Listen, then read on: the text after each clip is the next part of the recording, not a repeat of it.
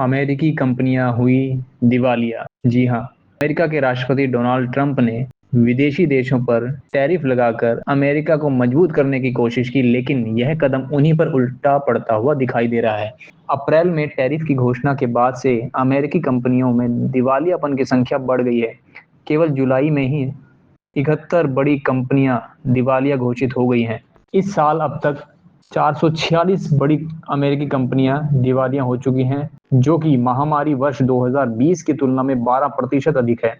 जुलाई के 71 दिवालियापन जुलाई 2020 के बाद का सबसे बड़ा मासिक आंकड़ा है। अप्रैल में ट्रंप ने विदेशी सामान पर 10% टैरिफ लगाया था और उसी महीने में कंपनियों का दिवालियापन बढ़ना शुरू हो गया।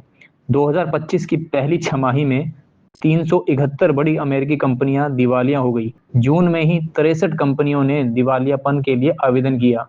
इस सूची में Forever 21, Jones, Rite Aid, Party City और क्लेयर्स जैसे कई लोकप्रिय ब्रांड शामिल हैं। सबसे ज्यादा मार स्मॉल कैप कंपनियों पर पड़ी है। 2024 के अंत तक रसल 2000 इंडेक्स की 43% कंपनियां घाटे में थी, जो 2020 के बाद का सबसे बड़ा आंकड़ा है।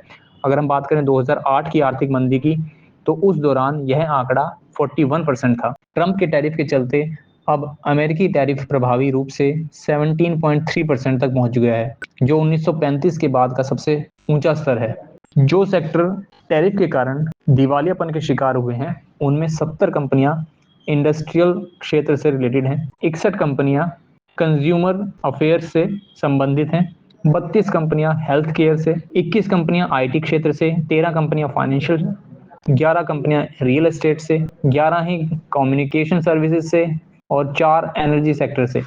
तो इस तरह से अलग अलग हर प्रकार से सेक्टर पर अमेरिका के इस टैरिफ का अमेरिका पर ही बुरा प्रभाव दिख रहा है।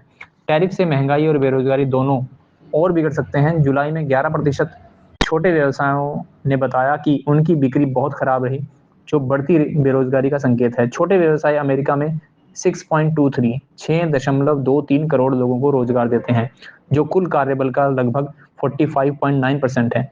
20 से 24 साल के युवा अमेरिकियों में बेरोजगारी पिछले 3 महीनों में औसतन 8.1% रही, जो पिछले 4 सालों में सबसे ज्यादा है और 2008 की मंदी के स्तर के बराबर है। तो ऐसा लगता है कि इन सभी आंकड़ों को देखते हुए, जैसा कि बातें चल रही है, नेक्स्ट ईयर तक अमेरिका भी मंदी के दौर से 2008 वाली ही मंदी हमें देखने को मिल सकती है 2026 में।